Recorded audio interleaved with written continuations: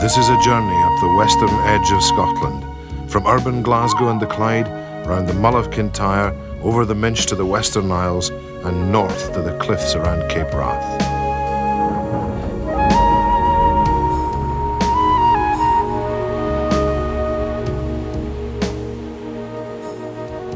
The Scottish coastline is one of the most intriguing and beautiful in the world. Nobody knows exactly how long it is. The land is so gouged, serrated, and littered with islands that it cannot be measured. What is known is that it is very long and very spectacular.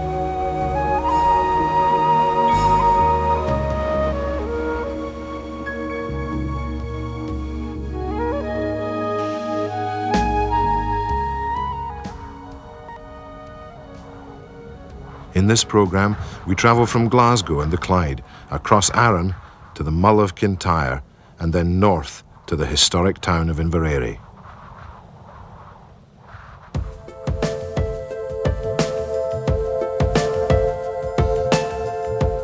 Glasgow, the dear green place, and still the most Gallic of Scotland's cities.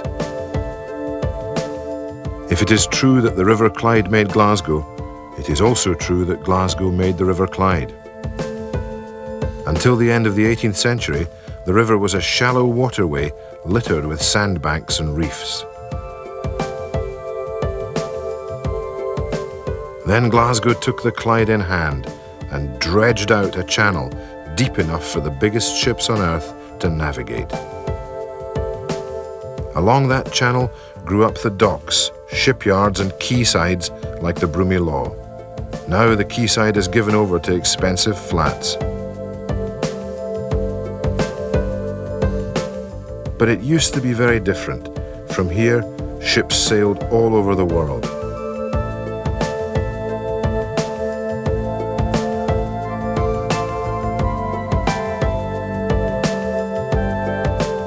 All that is now gone. This used to be the Prince's Dock on the south side of the river. Then it was filled in to accommodate the 1988 Garden Festival. The housing that was promised has still not been built, and the site lies empty.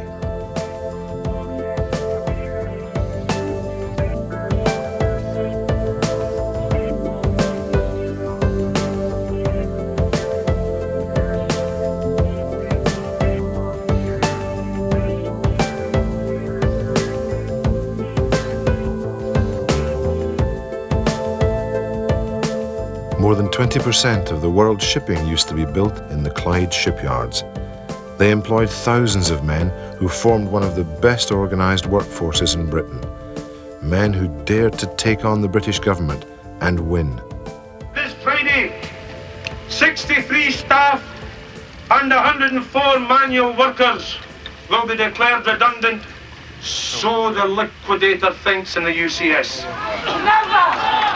They'll be at their work on Monday, and with your support, we will have established a victory for the British trade union movement that has for too long been overdue, and one which will be a victory for everyone.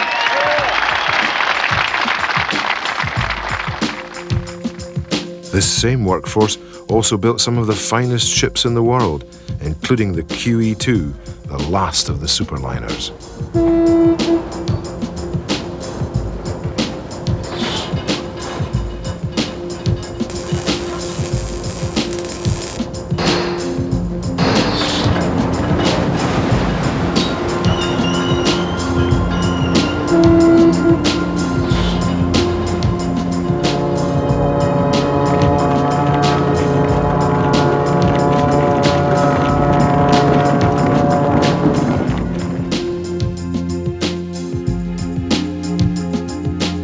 Very few Clyde shipyards survived privatisation and the economic blizzards of the 1980s. In fact, there are only 3 yards left on the Upper Clyde: Kiverner at Govan, UIE and Yarrows at Clydebank. All of them are owned outside of Scotland.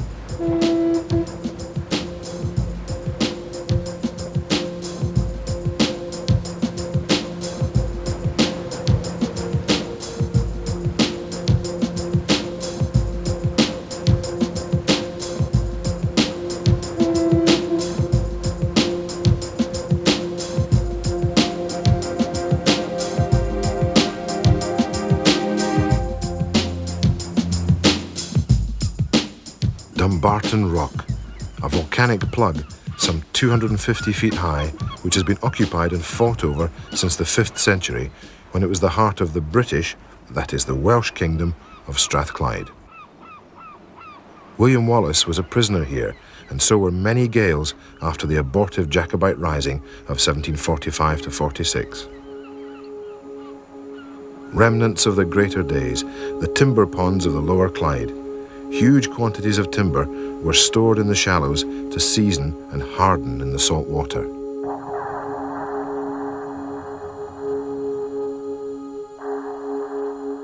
The town of Port Glasgow. As the name suggests, it was Glasgow's harbour before the Clyde was dredged. Ferguson's Yard is the only Scottish-owned shipyard left on the Clyde, and it specialises in ferries and smaller ships.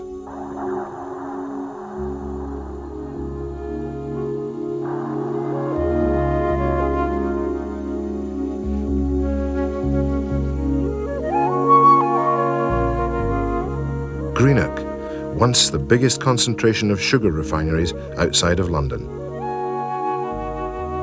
The Greenock Container Terminal was a vain attempt to recapture for the Clyde some of the world's cargo trade.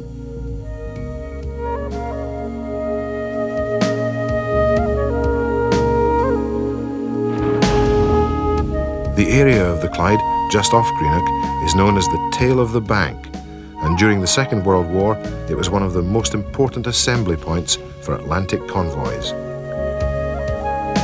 The sandbanks in this area remain treacherous. The hulk of the sugar carrier has been lying on this sandbank for decades and is now regarded more as a navigation aid than as a hazard.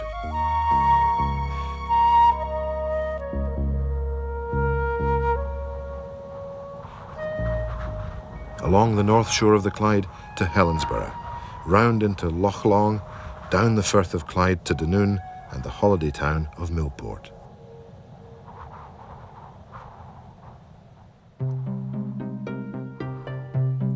The piers at Craigendoran were built by the North British Railway Company to serve the steamers plying the routes to the Western Isles. The piers are now rotting into the sea.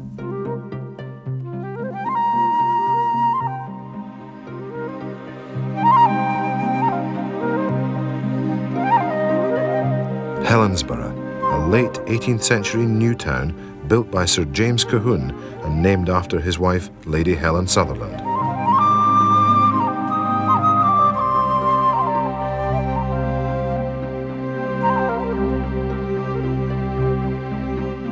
Yachts off the town of Rue. The waters of the Lower Clyde offer some of the best yachting in Britain, accessible, sheltered, but with a constant wind from the west.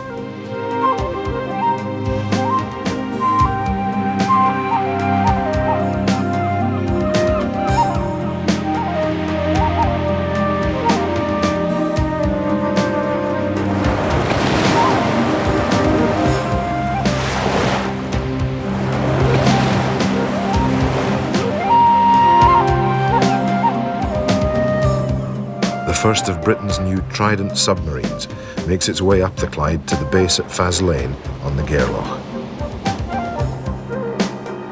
Faslane is one of the best deep-water anchorages in Britain.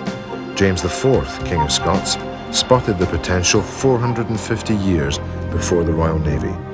It is now home to the Navy's fleet of nuclear-powered hunter-killer submarines. This chunk of the Scottish coastline is one of the most important military bases in Britain. Low-flying aircraft are seriously discouraged. A few miles away, the naval base at Coulport on Loch Long. The 4 Trident submarines which will operate from here are at the very heart of Britain's nuclear capability.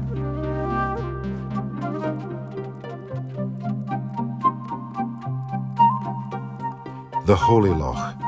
Now empty, but until a few years ago, home from home for American Polaris and Poseidon nuclear submarines and their array of support ships and dry docks.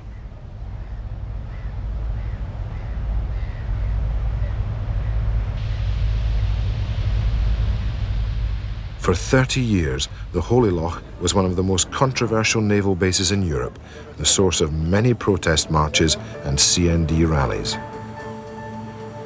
The US Navy and their big-spending officers and sailors are now gone, and communities like Dunoon are struggling to come to terms with the American withdrawal.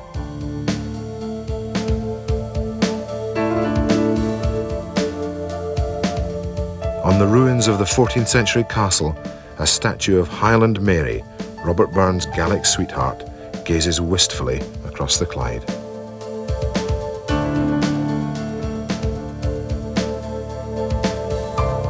The Cloch Lighthouse, which marks the entrance to the Clyde, built by Robert Stevenson, grandfather of Robert Louis Stevenson. One of the wrecks which lies near the Cloch is the Catherine, sunk in 1882 while bringing gales from Mull and Iona to Glasgow. More than 40 men and women drowned when the Catherine was run down by another ship.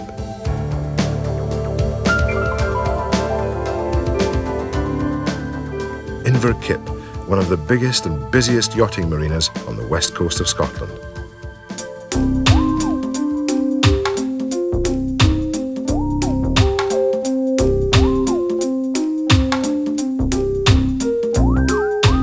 The village is also the site of Scotland's biggest oil-burning power station and highest chimney. The station was last used during the miners' strike of 1984-85, but it has since been mothballed. Down the coast from Inverkip is the giant ore terminal at Hunterston.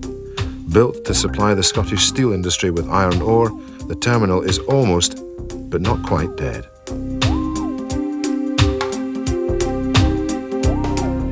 The two nuclear reactors of the Hunterston power station, Hunterston A, the old Magnox reactor, no longer produces electricity.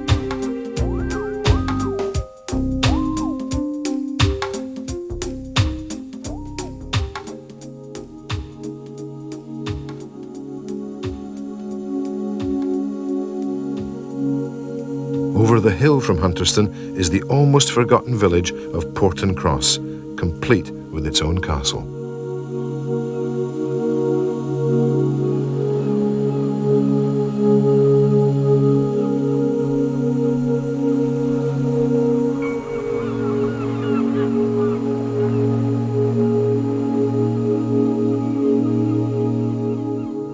The island of Cumbria and the holiday town of Millport, still a popular destination for day trippers wanting to go doon the water.